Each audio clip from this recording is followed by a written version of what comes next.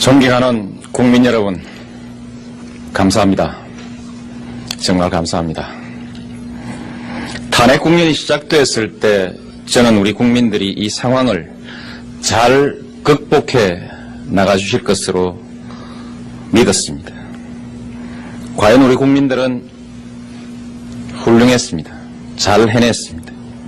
대통령 공백이라는 초유의 사태를 조금도 동요하지 않고 차분하게 대처해 나가는 모습을 보면서 저는 우리 국민의 성숙한 시민의식과 민주적 역량에 대해서 다시 한번 굳은 믿음을 갖게 됐습니다. 더욱이 많은 갈등과 혼란이 있을 수 있는 총선거까지 질서정연하게 치러내시는 것을 보면서 이젠 훌륭하다는 수준을 넘어서 감동적이다, 이런 느낌을 받았습니다. 국민 여러분들이 다시 한번 존경스럽습니다. 감사드립니다. 아울러 신속한 재판을 위해서 밤낮 없이 애써주신 헌법재판소 재판관 여러분께도 감사의 말씀을 드립니다. 조그마한 예단이나 절차상의 문제도 큰 갈등을 불러일으킬 수 있는 민감한 상황에서 냉정하고 공정하게 재판을 진행시켜 잘 마무리해 주신 데 대해서 우리 국민 모두는 높은 신뢰를 보내고 있습니다. 어려운 권한 대행의 임무를 국정의 공백 없이 훌륭히 수행해 주신 고건 총리와 강요 여러분께도 치아와 감사의 말씀을 드립니다. 흔들림 없이 대행체제를 뒷받침한 공무원 여러분에게도 높은 평가를 드리고 싶습니다. 국민 여러분, 지난 2달 동안 얼마나 걱정이 많으셨습니까? 모든 것이 저의 부족함에서부터 비롯된 것입니다. 그럼에도 불구하고 제게 따뜻한 용기와 격려를 보내주시고 다시 책임을 맡겨주신 데 대해서 깊이 감사드립니다. 취임할 때보다 더 무거운 책임감을 느끼고 있습니다. 기대에 어긋나지 않도록 열심히 하겠습니다. 비록 탄핵에 이르는 사유가 아니었다 할지라도 정치적, 도의적 책임까지 모두 벗었다고 생각하지 않습니다. 특히 그 중에서도 대선 자금과 제 주변 사람들이 저지른 과오는 분명한 저의 허물입니다. 이 자리에서 다시 한번 국민 여러분께 심심한 사죄의 말씀을 올립니다. 임기를 마치는 그날까지 저는 저의 이 허물을 결코 잊지 않고 항상 자신을 경계하는 회초리로 간직하고 가겠습니다. 항상 긴장된 자세로 더 열심히 노력해서 국민 여러분께 진 빚을 갚아 나가도록 하겠습니다. 그렇다고 일을 함에 있어서 망설이거나 머뭇거리지는 않겠습니다. 극복해야 할 많은 난관을 앞에 두고 주저하거나 흔들려서는 안 된다고 생각합니다. 해야 할 일은 책임을 가지고 해나가겠습니다. 존경하는 국민 여러분, 여러분 모두가 정치 개혁을 간절히 바라고 있습니다. 그리고 지난 총선을 치르면서 많은 국민들은 우리 정치권에 대해서 새로운 희망과 기대를 가지게 되었을 것입니다. 저도 그렇습니다. 저는 나름대로 지금까지 새로운 시대를 선도해 가야 한다는 사명감을 가지고 정치를 해왔습니다. 또한 시대의 흐름을 인식하면서 항상 정치 발전의 선두에 서왔다는 자부심도 가지고 있었습니다. 그러나 지난 1년 정치자금 수사와 총선 결과를 지켜보면서 제가 변화에 앞장서고 있다는 자부심은 이제 이미 어제의 생각일 뿐이고 이제는 새로운 정치를 앞서서 이끌어갈 위치에 있지 않다는 사실을 깨닫게 되었습니다. 정치는 이미 많이 바뀌었습니다. 그리고 여야 정치권 모두가 정치개혁에 결의를 다지고 있고 의욕에 넘쳐 있습니다. 그만큼 정치개혁은 새롭게 구성되는 17대 국회가 앞장서서 해 나갈 것으로 그렇게 믿고 있습니다. 이제 굳이 제가 앞장서려 하지 않겠습니다. 저는 정치개혁이 안정된 정치와 행정의 토대 위에서 질서 있게 추진될 수 있도록 국정을 안정적으로 관리해서 정치개혁을 뒷받침하는 일에 전념하고자 합니다. 국민 여러분, 여러분들은 변화를 바라시면서도 또한 안정을 희구하십니다. 그리고 흔들리지 않는 일관성 있는 정부를 바라고 있습니다. 지금은 빠른 변화가 불가피하고 또 필요한 시기이기 때문에 경제정책이나 사회문제, 정치개혁 문제 등등을 둘러싸고 많은 갈등이 일어날 수 있습니다. 자칫 이해관계를 앞세운 목소리에 국정이 중심을 잃고 끌려다니게 되면 정치도 경제도 오히려 뒷걸음질 칠 수 있습니다. 정치인은 항상 국민의 뜻을 살피고 여론을 존중해야 합니다. 그러나 그러다 보면 자칫 여론의 지지에 민감할 수도 있고 높은 목소리에 이끌릴 수도 있습니다. 누군가 원칙과 소신을 가지고 국정의 중심을 잡아서 안정을 유지하면서 변화와 개혁도 일관되게 추진해 나가야 합니다. 이것이야말로 다음 선거로부터 자유로운 대통령이 꼭 해야 될 일이라고 생각합니다. 이해 집단의 목소리나 갈등에 매몰되는 일이 없이 그야말로 국정 운영의 안정적 관리자로서 중심을 잡고 해나가겠습니다. 당장의 성과에 급급하기보다는 10년, 20년 앞을 내다보면서 국정의 올바른 방향을 잡아서 일관성 있게 추진해 나가겠습니다.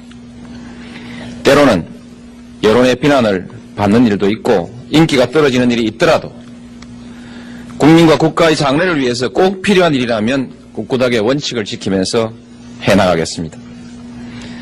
존경하는 국민 여러분, 저는 지난 2달 동안 직무에 복귀하면 화합과 상생의 정치를 펴달라는 많은 편지를 받았습니다. 실제로 모든 국민들의 소망이 그러합니다. 정치권도 상생의 정치를 약속하고 또 여야가 만나서 결의도 다졌습니다. 매우 다행스러운 일입니다. 저도 이 자리에서 같은 약속을 드리겠습니다. 꼭 그렇게 하겠습니다. 그런데 저는 이 약속을 준비하면서 마음속에 많은 망설임이 있었습니다. 제 기억에 지난 수십 년 동안 우리 정치는 늘 화합과 단결을 소리 높이 외쳐왔습니다. 그러나 한 번도 성공하지 못했습니다. 모두가 자신이 옳고 상대방이 자신에게 맞춰야 한다는 생각을 가졌던 것 같습니다. 그래서 화합과 상생은 언제나 공연불로 끝나고 말았습니다. 그래서 저는 어떻게 하면 오늘 드리는 이 약속이 또 한 번의 거짓말이 되지 않고 책임있고 명실상부한 약속이 될 것인가를 고심해 왔습니다. 우리는 다시 시작해야 합니다. 상대를 존중하겠습니다. 대화와 타협으로 합의를 이끌어내야 합니다. 대화, 타협, 그리고 합의 과정에 공정한 규칙이 적용돼야 합니다. 원칙에 따라 정정당당하게 경쟁해야 합니다. 그리고 그 결과에 승복해야 합니다. 이러한 문화를 만들어야 비로소 화합과 상생이 실현될 수 있습니다. 말로만 되는 것은 아닙니다. 약속만으로도 되는 것이 아니라고 생각합니다. 이제 우리 모두가 대화와 타협의 문화를 만들어 나가십시다. 정정당당하게 승부하고 승복하는 민주주의 문화를 만들어 나가십시다. 존경하는 국민 여러분, 경제가 어렵습니다. 그 중에서도 특히 중소기업, 영세상인, 그리고 비정규직, 우리 서민들의 생활이 더욱 어렵습니다. 당면한 민생 경제 어려움을 결코 방치하지 않겠습니다. 당장의 어려움도 풀어야 하거니와 하루빨리 우리 경제가 회복되고 장기적으로 성장 잠재력이 확충돼서 지속적인 경제 성장이 가능하도록 하나하나 준비하고 대비해 나가겠습니다.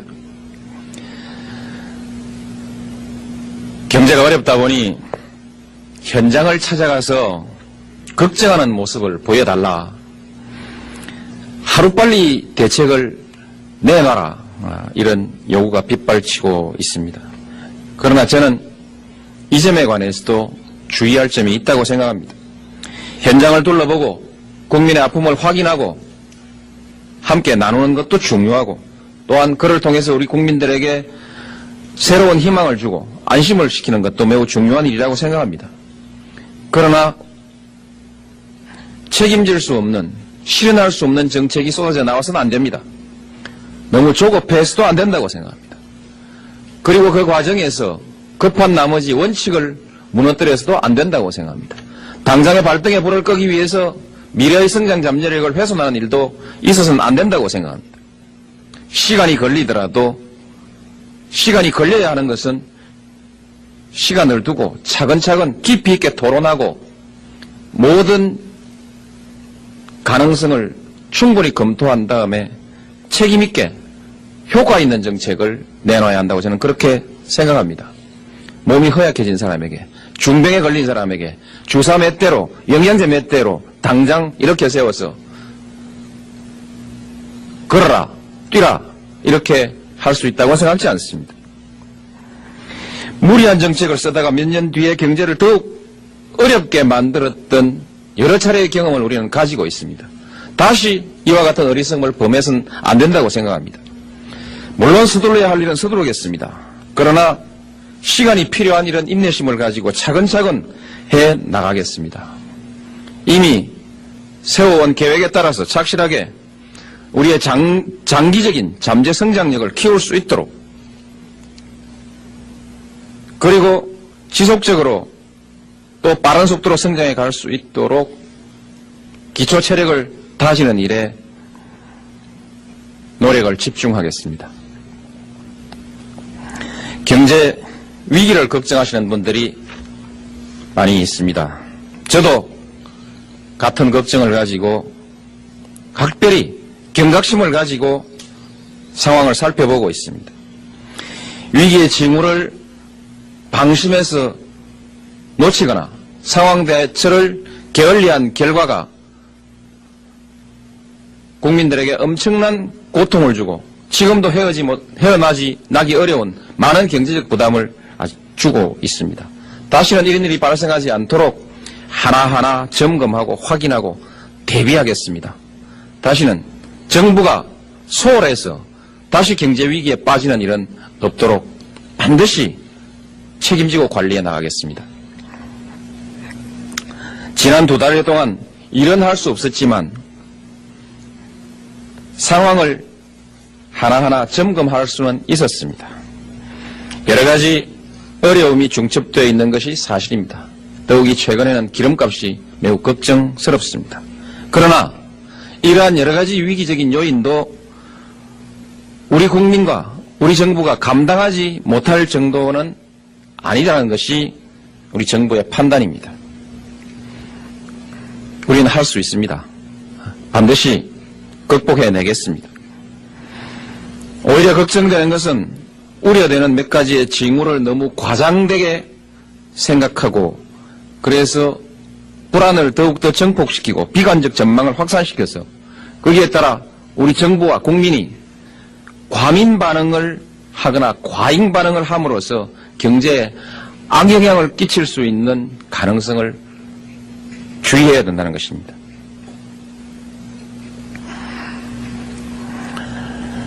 우려할 목소리 중에는 순수한 우려도 있습니다만 의도적인 우려의 목소리도 없지는 않은 것 같습니다.